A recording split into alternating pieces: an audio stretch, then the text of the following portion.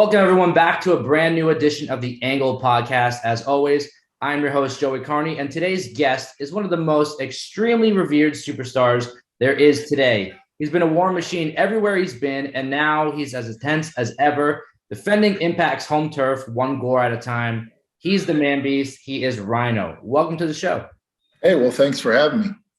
Glad to be able to have this time with you. You're one of the names on my list when I first started this show that I wanted to have on. So it's really an honor to speak with you here. Nice. But you've been performing for over 20 years, really making a name for yourself everywhere you've been. What goes into having longevity in the wrestling business? You know, slow and steady wins the race. I always look at it that way. Actually, today is 27 years since I had my first match. Yeah, so a little more than 20. Thank you. But, you know, you have to be professional outside the ring.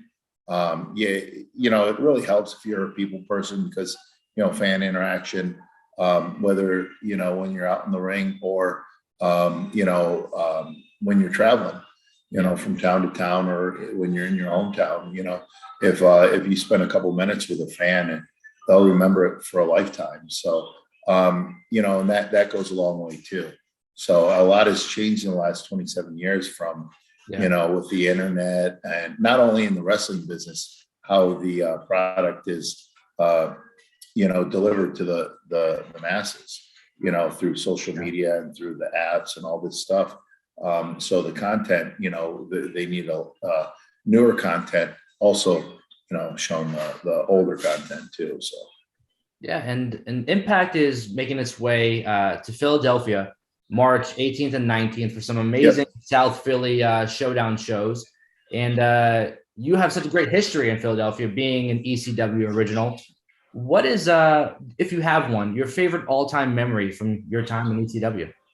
I mean, there's so many great memories. And, you know, it's something that has, you know, people have not let it die. And, you know, and usually, you know, when something like that happens, you know, it's usually the wrestling talent that doesn't let that die, but it meant just as much to the fans. So, and the great thing about technology and with WWE, you know, and the network, you know, I'll go to an independent show or an Impact show, and I'll meet some of the fans, do a meet and greet, and you know, they're bringing their kids up to meet me, and their kids are saying, "Oh, I love." You know, when you wrestled Sandman and this and that, and, you know, they're only 8, 9 years old, but they did their homework. They watched a lot of that stuff. But, you know, I've had a lot of great memories in that building, and I can't wait to go back. Like you mentioned, Impact's going to be there on the 18th and 19th.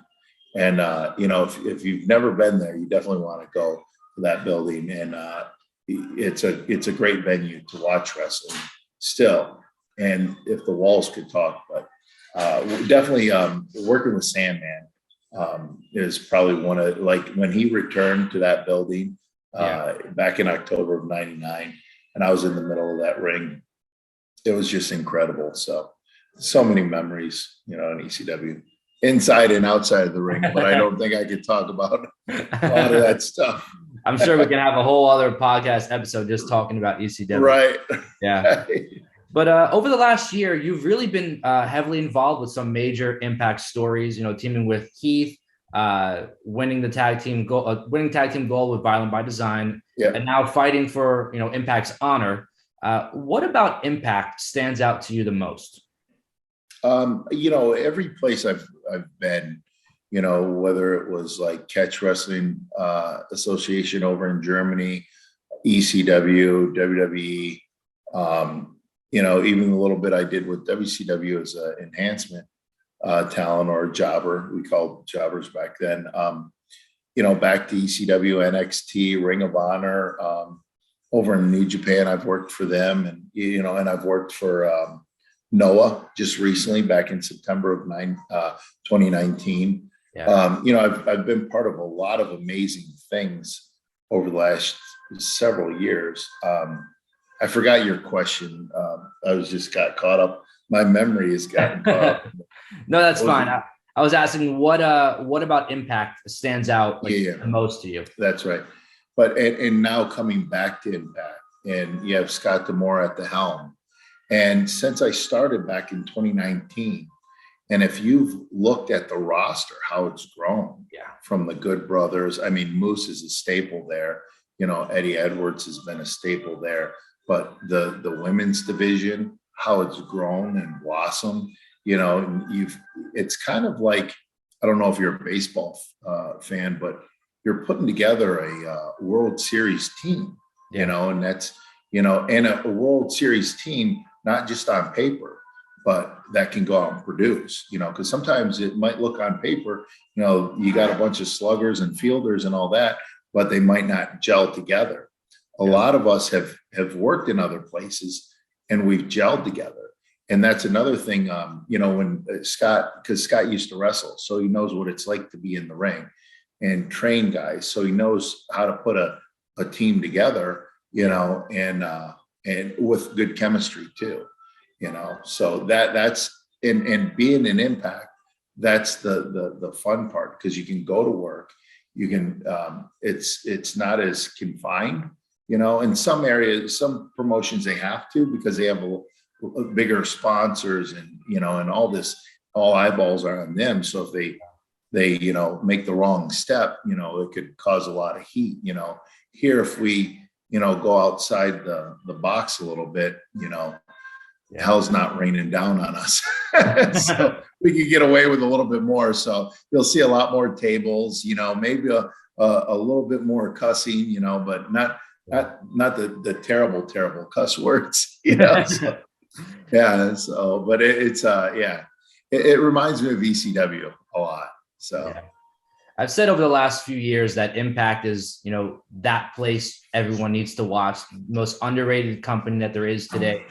And you see like names such as yourself, you come back in already having a name elsewhere, but really having the opportunity to reinvent or recreate, you know, who you are, and let it mesh with the newer generation. And then you bring, you know, the senior guys and girls, and it's just a great variety of wrestling. Like I said, I tell people, if you want to have a consistent wrestling show, Impact is the place to watch, because Knockouts division, you know, regardless, men's of it, everyone is just, it's always consistent. Yeah, and the cool thing about it is, you know, the gains in the locker room and putting together the talent have the fans haven't caught up to our TV product yet. So, you know, like you were saying, it's just like you're just putting people in the ring together that mesh well too, you know. And one of my biggest, like, I don't know if you've ever watched Swinger, Johnny Swinger. Yeah. And oh my God, it's great. Swinger's Palace. And now he's starting a training school in the Swingerellas. And like every time I look at the guy, and what people don't realize is that's literally him.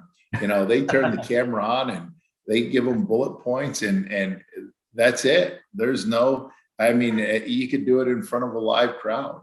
Like, he is so entertaining. Yeah. So at Sacrifice, once again, you were turned on, first by Eddie Edwards joining Honor No More. Yeah, with kendo sticks. Yeah. I don't know. If I walk into a room with kendo sticks, I'm walking out. Yeah. I mean, it's not in my best interest to stay in a room with kendo sticks. So I'm probably going to get hit. Yeah. So oh, go ahead. Oh, sorry. So Macklin cost you the match of Sacrifice. What do you think needs to happen next for Team Impact to really get ahead here, now kind of losing two of their members? You know, I think maybe, I don't know, you know, maybe we can recruit. Maybe we just all go our separate ways. You know, maybe I need to, you know, sit down and talk to Heath a little bit more. You know, maybe a future with us together as a tag team. I mean, people really loved us together as a tag team. You know, Honor No More is here to stay. You know, and you know, from PCO to and then like talent like Jonah. You know, they at the last. I mean, I watched that match and I'm just like, my God, you know, and in Philly, I think they're going to mix it up, you know?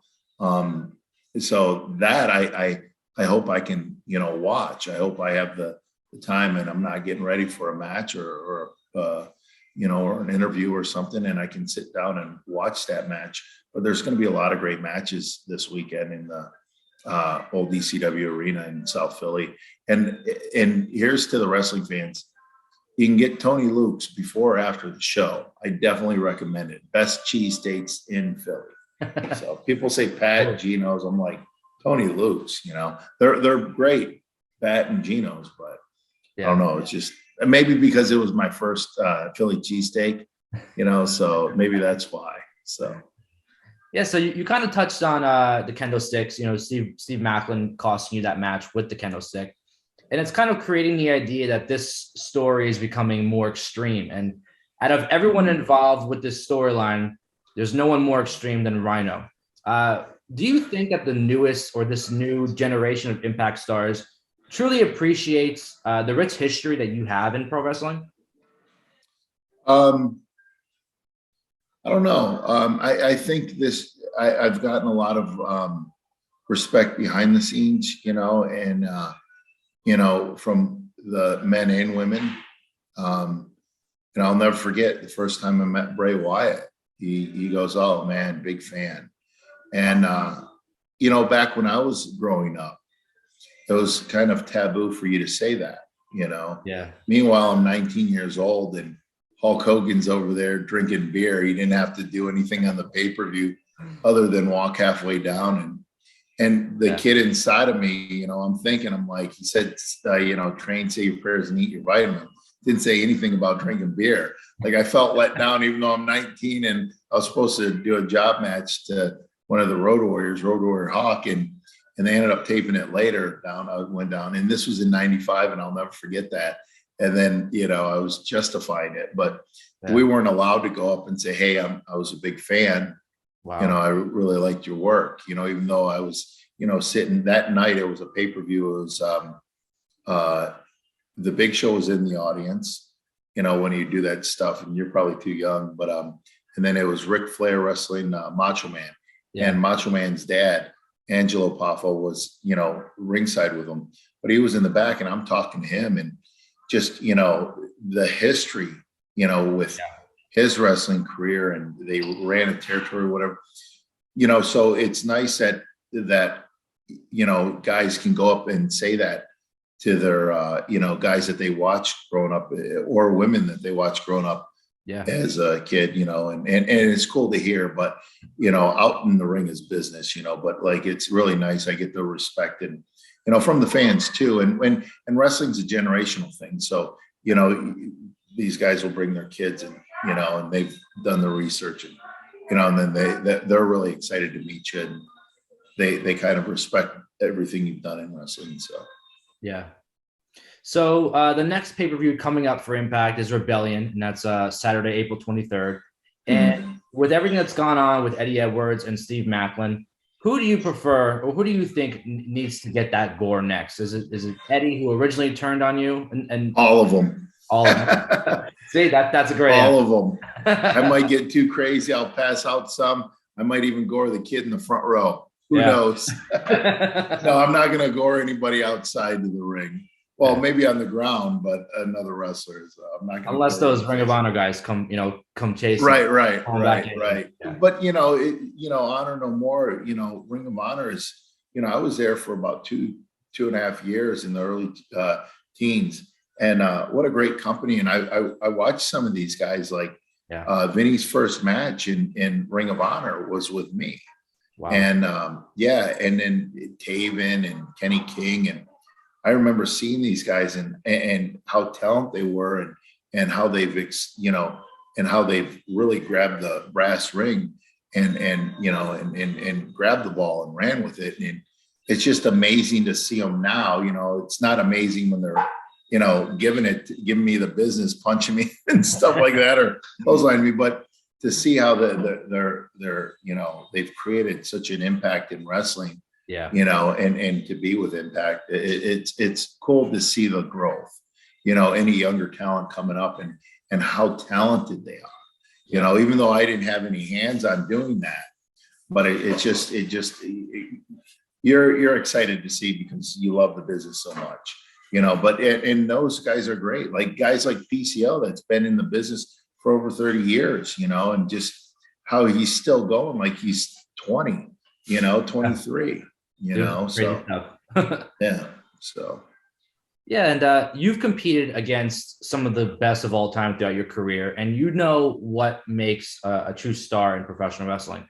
Who do you see being the future of Impact Wrestling? well, there's so many guys there, guys and girls. It's just hard to put my finger on one, but Yeah. if wrestling, hopefully, there's a lot of wrestlers that are watching it that are up and coming, but I think there's three things. You have to be talented in the ring. Yeah. You have to be a business person, and you have to know how to conduct yourself. If you're likable, and stuff like that, know when to speak and know when not to. And you have to understand it's a business at the end of the day. So, sometimes you might have to negotiate, and it's a give and take, from travel to, to pay to, because there's a lot of stuff that goes into, putting together a show, just a small independent show.